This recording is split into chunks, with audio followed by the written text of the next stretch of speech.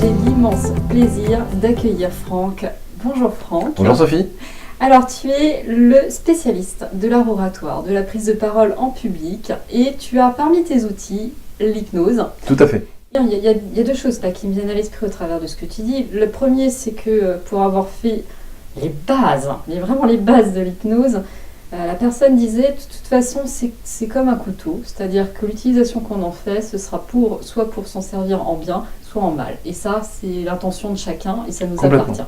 Donc voilà, malgré tout, il y a quand même des gens qui l'utilisent à mauvais escient, il faut savoir s'en prémunir. Alors pourquoi les gens l'utilisent à mauvais escient et pourquoi on le retrouve dans des stratégies comme ça autour de sectes ou de stratégies de manipulation brute?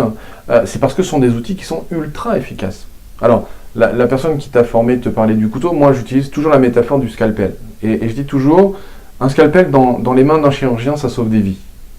Et un scalpel dans les mains d'un psychopathe, eh ben, ça fait des dégâts.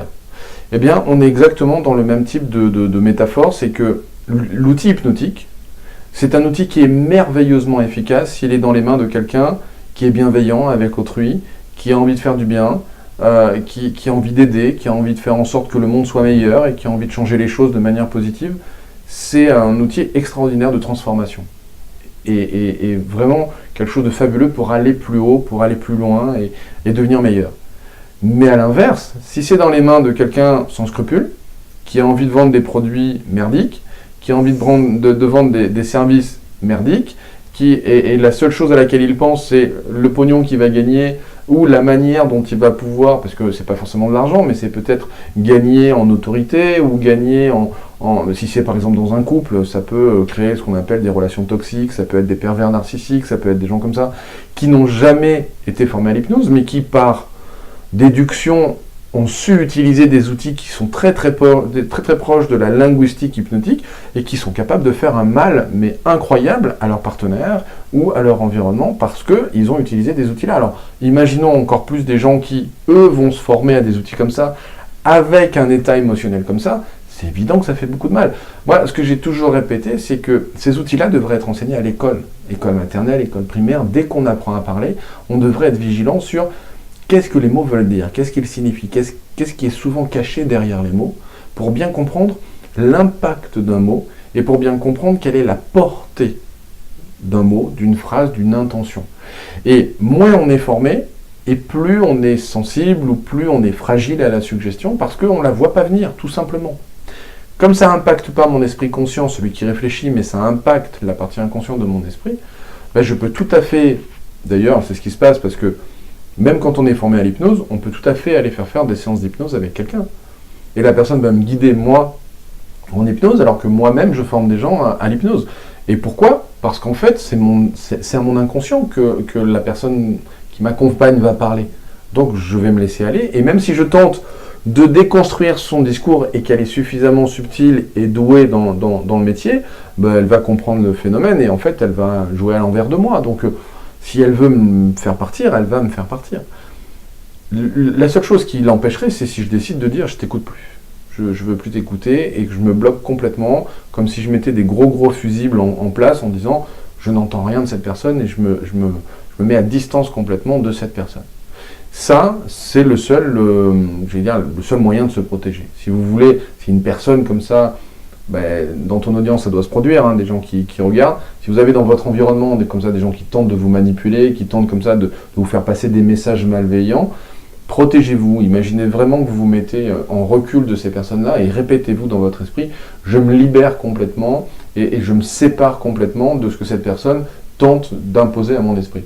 Je me protège de ça, comme si vous mettiez vraiment un filtre, un fusible entre les deux, pour dire, voilà, cette personne reste loin, reste éloignée, je n'entends plus rien de cette personne, je me sépare de cette personne. Ça, c'est vraiment important. Vous vous auto-suggestionnez en fait en faisant ça, à dire à votre esprit, j'entends plus rien, je lâche et je la laisse dans ses mauvaises pensées, dans sa malveillance, je refuse tout ce qui vient de cette personne. Ça, c'est important. C'est un petit exercice tout bête, mais qui est intéressant pour vraiment réussir à prendre de la distance. Comment on va détecter que quelqu'un cherche à nous influencer par ce biais? Est-ce qu'il y a quand même un ou deux éléments qu'on peut repérer? C'est difficile parce que si la personne est douée, ce sera dans la conversation. ça se détectera pas spécialement parce que, comme c'est dans la conversation et si elle est un peu douée, ben, ça va passer sous plein de formes différentes.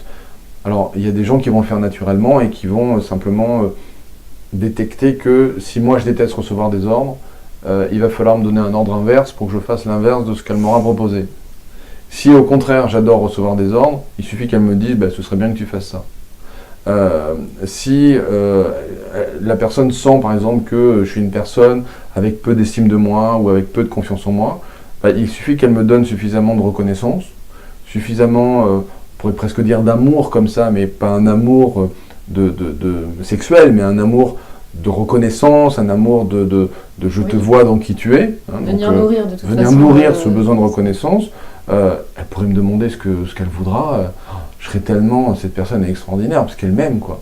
Et comme j'en ai tellement besoin d'être aimé parce que j'ai pas de confiance en moi, j'ai pas suffisamment d'estime de moi-même, je suis nourri par cette reconnaissance-là.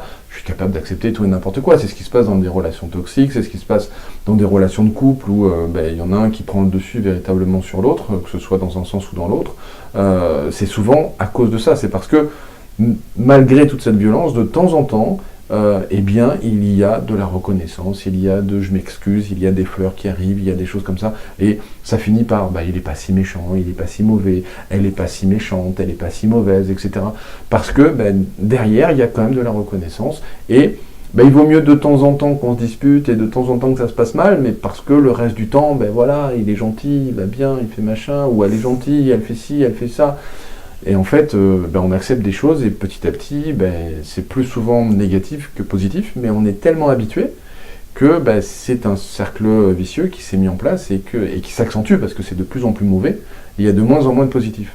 Ce qui fait qu'à chaque fois c'est mauvais, on se dit ouais, mais c'est pas grave, il a été gentil, je sais pas, un mois avant ou machin, et j'espère qu'il le ressera juste après ça.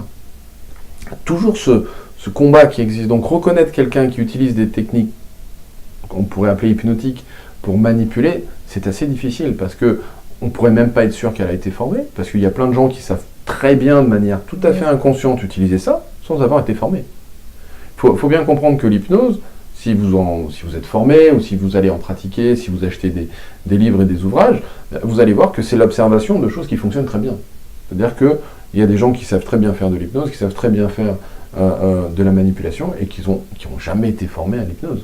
C'est juste que c'est une capacité à être bon à l'oral et puis voilà, utiliser ces techniques-là depuis tout petit et pour essayer de gagner un peu plus. C'est-à-dire piquer le goûter du copain quand on est petit et puis au bout d'un moment c'est piquer le boulot du copain quand on est plus grand, quoi, ou autre chose, j'en sais rien, piquer la place de machin, mais et évidemment plus on grandit, plus c'est plus le goûter, ça devient des choses qui peuvent être beaucoup plus compliquées et beaucoup plus graves.